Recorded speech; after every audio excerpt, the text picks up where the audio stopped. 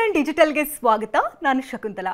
ಸಾಮಾಜಿಕ ಕಳಕಳಿಯನ್ನು ಇಟ್ಕೊಂಡು ಅದೆಷ್ಟೋ ಸಿನಿಮಾಗಳಿಗಾಗಲೇ ಸ್ಯಾಂಡಲ್ವುಡ್ಗೆ ಲಗ್ಗೆ ಇಟ್ಟಿದೆ.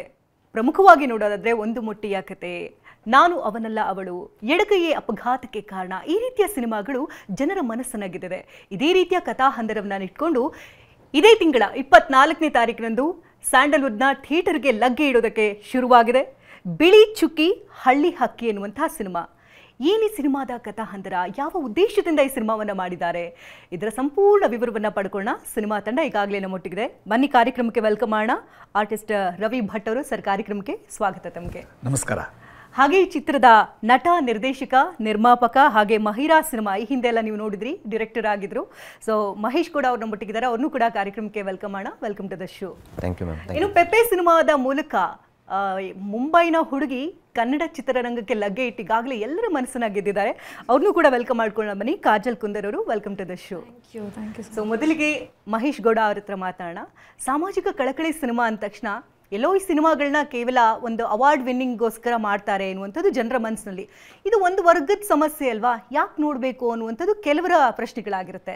ಆದರೆ ಒಂದು ವರ್ಗದ ಸಮಸ್ಯೆನ ಜನರು ಯಾವ ರೀತಿ ನೋಡಬೇಕು ಅನ್ನೋದು ತುಂಬ ಇಂಪಾರ್ಟೆಂಟ್ ಆಗುತ್ತೆ. ಅವ್ರನ್ನ ಸಮಾಜದಲ್ಲಿ ನಾವು ಯಾವ ರೀತಿ ಅವ್ರನ್ನ ಟ್ರೀಟ್ ಮಾಡಬೇಕು ಅನ್ನೋದು ಕೂಡ ಇಂಪಾರ್ಟೆಂಟ್ ಆಗುತ್ತೆ.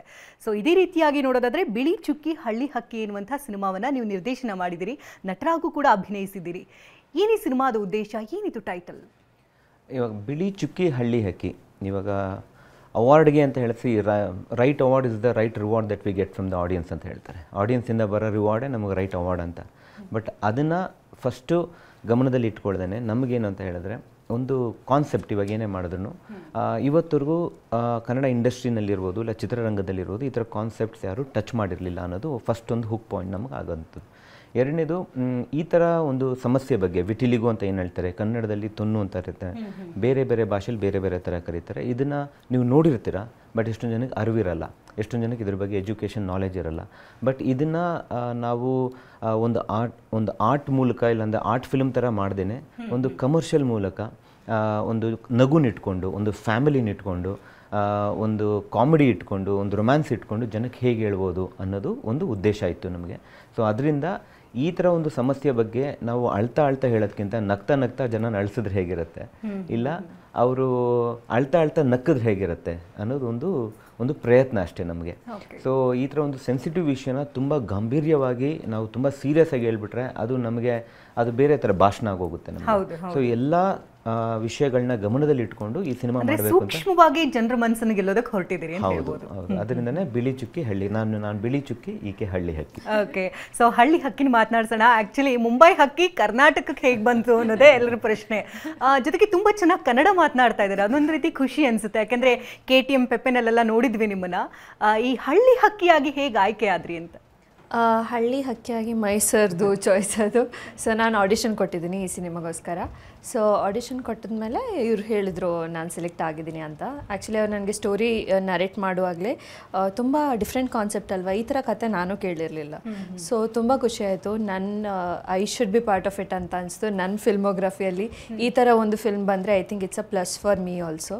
ಬಿಕಾಸ್ ನಾನು ಯಾವಾಗಲೂ ಬೇರೆ ಬೇರೆ ಥರ ಕ್ಯಾರೆಕ್ಟರ್ಸ್ ಹುಡುಕ್ತಾ ಇರ್ತೀನಿ. ಸೊ ನಾನು ಮುಂಚೆ ಮಾಡಿರೋ ಸಿನಿಮಾ ನೀವು ಹೇಳಿದ್ರಿ ಪೆಪ್ಪೆ, KTM, ಅದರಲ್ಲಿ ತುಂಬ ಡಿಫ್ರೆಂಟ್ ಆಗಿತ್ತು ನನ್ನ ಕ್ಯಾರೆಕ್ಟರ್. ಪೆಪ್ಪೆಲಿ ಅಂತೂ full out and out, full ಬಜಾರಿ ಥರ ಇತ್ತು. ರಗಡಾಗಿ ನೋಡಿದ್ವಿ, ಹೌದೌದು, ಬಾಂಡ್ಗಳ ಥರ. ಎಕ್ಸಾಕ್ಟ್ಲಿ. ಬಟ್ ಇಲ್ಲಿ ಕವಿತಾ ಅನ್ನೋ ನನ್ನ ಕ್ಯಾರೆಕ್ಟರ್ ಹೆಸರು. ಸೊ ಅವರು ತುಂಬ ಸಟಲ್ ಆಗಿದ್ದಾರೆ, ತುಂಬ ಸೆನ್ಸಿಬಲ್ ಆಗಿದ್ದಾರೆ. ಪೆಪ್ಪೆಲಿ ಸಿಂಧು ಫುಲ್ ಲೌಡ್ ಇದ್ದಾರೆ, ಬಟ್ ಕವಿತಾ ತುಂಬ ಸೈಲೆಂಟ್ ಆಗಿ ಅವ್ರ ಮನಸ್ಸಲ್ಲಿ ಏನಿದೆ ಅದನ್ನ ಹೇಳ್ದೆ ಜೀವನ ನಡೆಸ್ತಾ ಇರ್ತಾರೆ. ಸೊ ಇದೆಲ್ಲ ತುಂಬ ಖುಷಿ ಆಯಿತು. ಒಂದು ಡಿಫ್ರೆಂಟ್ ಕ್ಯಾರೆಕ್ಟರ್ ಅಂತ ಅನಿಸ್ತು, ಕಾನ್ಸೆಪ್ಟ್ ಕೂಡ ಡಿಫ್ರೆಂಟ್ ಅಂತ ಅನಿಸ್ತು. ಮತ್ತು ಸರ್ ಹೇಳ್ದಾಗೆ ಪ್ರೀಚಿ ಯಾರಿಗೂ ಏನೋ ಹೇಳಕ್ಕೆ ಹೊರಟಿದ್ದೀವಿ ಆ ಥರ ಮಾಡಿಲ್ಲ. ತುಂಬ ಫನ್ನಾಗಿ, ಲೈಟಾಗಿ, ಬಟ್ ಅದು ಏನು ಹೇಳಬೇಕು ಅದನ್ನ ಹೇಳಿದ್ದಾರೆ ಸಿನಿಮಾ ಮೂಲಕ. ಸೊ ಆ ಟ್ರೀಟ್ಮೆಂಟ್ ತುಂಬ ಇಷ್ಟ ಆಯಿತು. So I am part of it. ಮಾತಾಡ್ತೀನಿ. ಸೊ ರವಿ ಭಟ್ ಅವರು ಅಂತಂದರೆ ಜನರಿಗೆ ತುಂಬಾ ಹತ್ತಿರ ಆಗ್ಬಿಡ್ತಾರೆ. ಅವರು ಕ್ಯಾರೆಕ್ಟರ್ ಅಂದರೆ ಪರಕಾಯ ಪ್ರವೇಶ ಮಾಡಿಬಿಡ್ತಾರೆ. ಯಾವುದೇ ಪಾತ್ರ ಕೊಟ್ಟರು ಸರ್ನ ನೋಡಿದ್ರೆ ಸಾಕಪ್ಪ, ಮೂವಿ ನೋಡ್ಬೋದು ಅನ್ನೋದೊಂದು ನಂಬಿಕೆ ಬಂದ್ಬಿಡುತ್ತೆ. ಅಷ್ಟರ ಮಟ್ಟಿಗೆ ಅವ್ರ ಅಭಿನಯ ಇರುತ್ತೆ. ಸರ್, ನಿಮ್ಮ ಪಾತ್ರದ ಬಗ್ಗೆ ಹೇಳೋದಾದರೆ? ನನಗೆ ಮಹೇಶ್ ಅವರು ಮೊದಲನೇ ಸಲ ಕತೆ ಹೇಳಿದಾಗಲೇ ತುಂಬ ಇಷ್ಟ ಆಯಿತು. ಯಾಕಂದರೆ ಈ ಥರದ ಸಮಸ್ಯೆಯನ್ನು ಇಟ್ಟುಕೊಂಡು ಆ ಸಿನಿಮಾವನ್ನು ಮಾಡುವಂಥ ಧೈರ್ಯ ತೋರಿಸುವವರು ಬಹಳ ಕಡಿಮೆ ಇದ್ದಾರೆ. ಆ ಕಥೆಯನ್ನು ಹೇಳೋದು ಕಷ್ಟನೇ.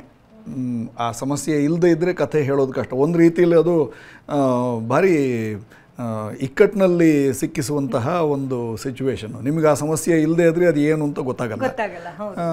ಆ ಥರ ಅದನ್ನೇ ಒಂದು ಕಥೆಯಾಗಿ ಇಟ್ಕೊಂಡು ಭಾಳ ಸೆನ್ಸಿಬಲ್ ಆಗಿ ಕಥೆ ಹೇಳಿದ್ರು ನನಗೆ. ಆಮೇಲೆ ನನಗೊಂದು ಮುಖ್ಯವಾಗಿ ವ್ಯತ್ಯಾಸ ಏನು ಗೊತ್ತಾಗಿದೆ ಅಂದರೆ, ಅವರು ಒಬ್ಬ ಒಳ್ಳೆಯ ಎಜುಕೇಷನ್ ಇರುವಂತಹ ವ್ಯಕ್ತಿ.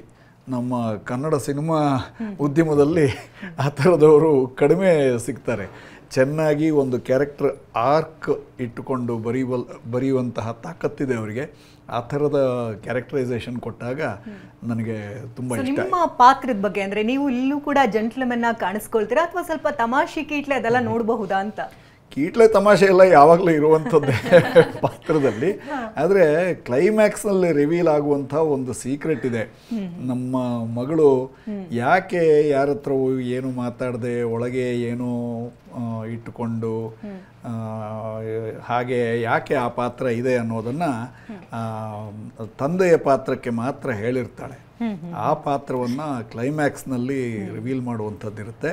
ಅದು ಕ್ಲೈಮ್ಯಾಕ್ಸನ್ನು ನೋಡಿ ಆನಂದಿಸಿ.